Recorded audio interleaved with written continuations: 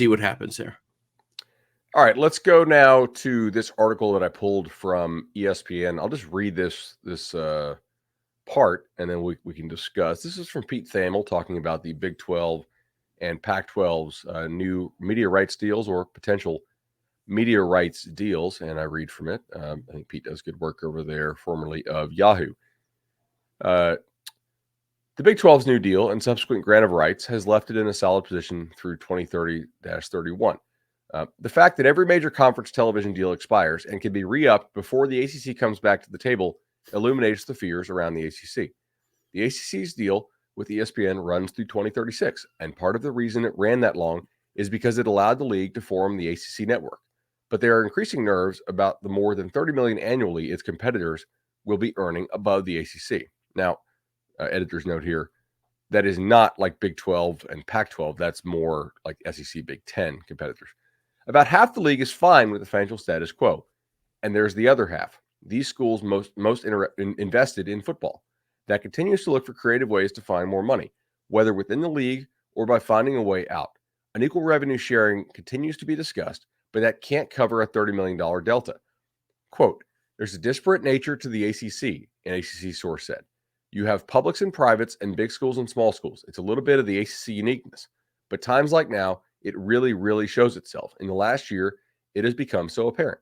Sources around the league stress that nothing is imminent in terms of a breakaway, but the search for new financial avenues continues. Quote, I don't expect anything in 6 months, an industry source said, but in 6 years, it'd be shocking if everything looked the same. The other leagues get an additional bump before the ACC comes up for a new deal. End quote. Just how binding are the grant of rights? School after school has gone after league headquarters to study them, so if there's an easy way out, some smart lawyer would have found it by now.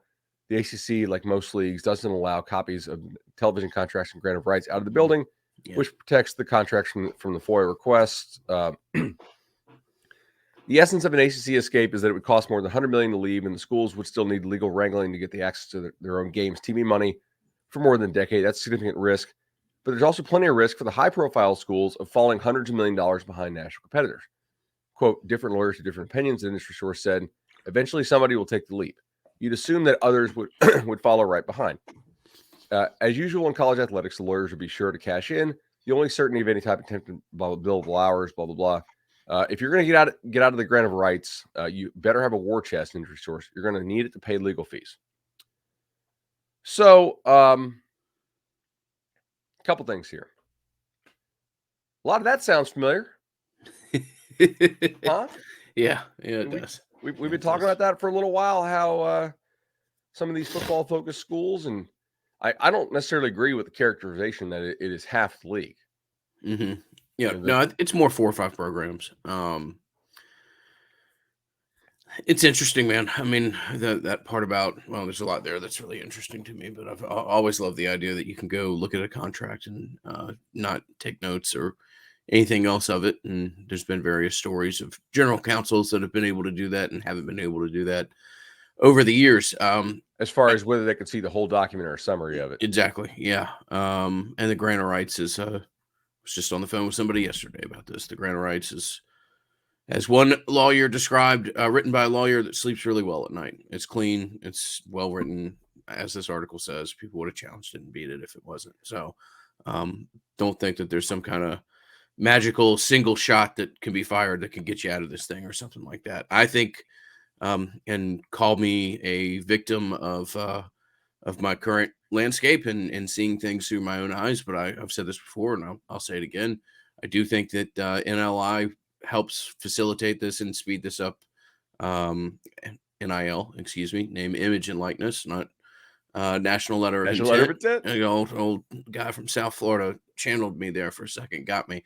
But yeah, no, I mean, name, image, and likeness, you can see it. You can see it very quickly as to there's a very quick realization by a lot of these schools as to, hey, this just is a landscape that we can't be competitive in right now.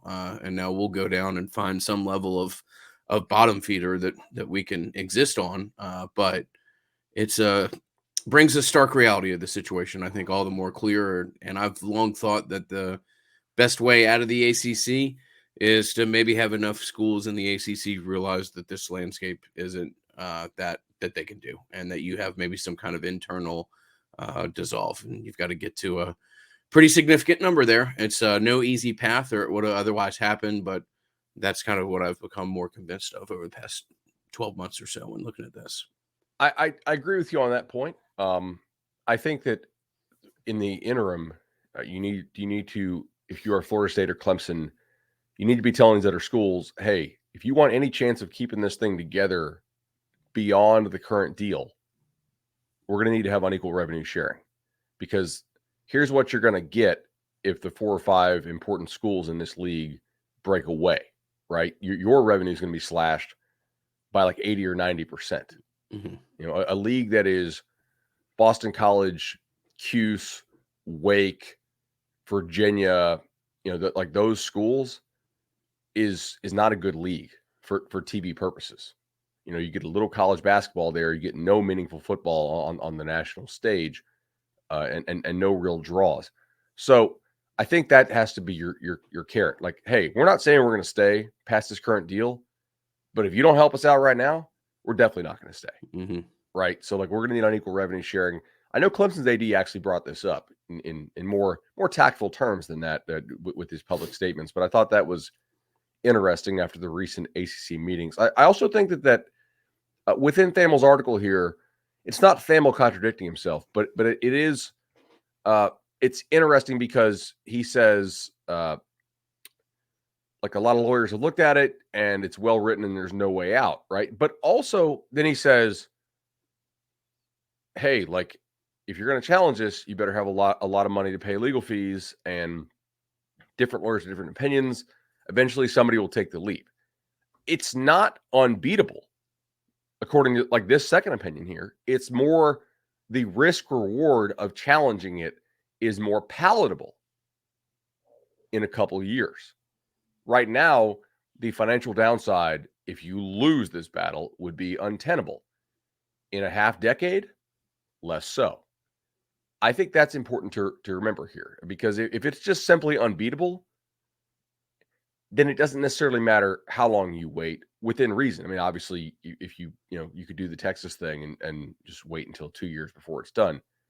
But I don't think it's necessarily unbeatable per these quotes. I think it's more finding the correct equilibrium risk reward wise with not getting left out in the cold. And you also need a dance partner. And I'm not entirely convinced that the Big Ten is as expansion hungry as they were. And I think we talked about this 4 shows ago, since Kevin Warren left for the NFL.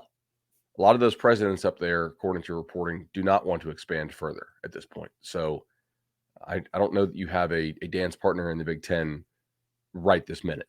Mm-hmm. Yeah. No, you got to have 2. You got to have 2 to even get. Well, whatever. Yeah, you got to have somebody taking the Virginias of the world and stuff as well, and in the hypothetical that you just threw out. But nonetheless, if we continue to watch it, Clemson's a really interesting place, led by a super young athletic director, and they're doing some innovative stuff. They took their licensing in house, Bud, which is a very rare thing to see. Most universities pair with Learfield, or what was formerly Learfield IMG, and Clemson, interesting group up there, always trying things, and they've created success for themselves, and haven't necessarily just sat back and been complacent about it. So tip of the hat to the people up in the upstate. No doubt, man. All right. Let's go ahead and give a shout out to our friends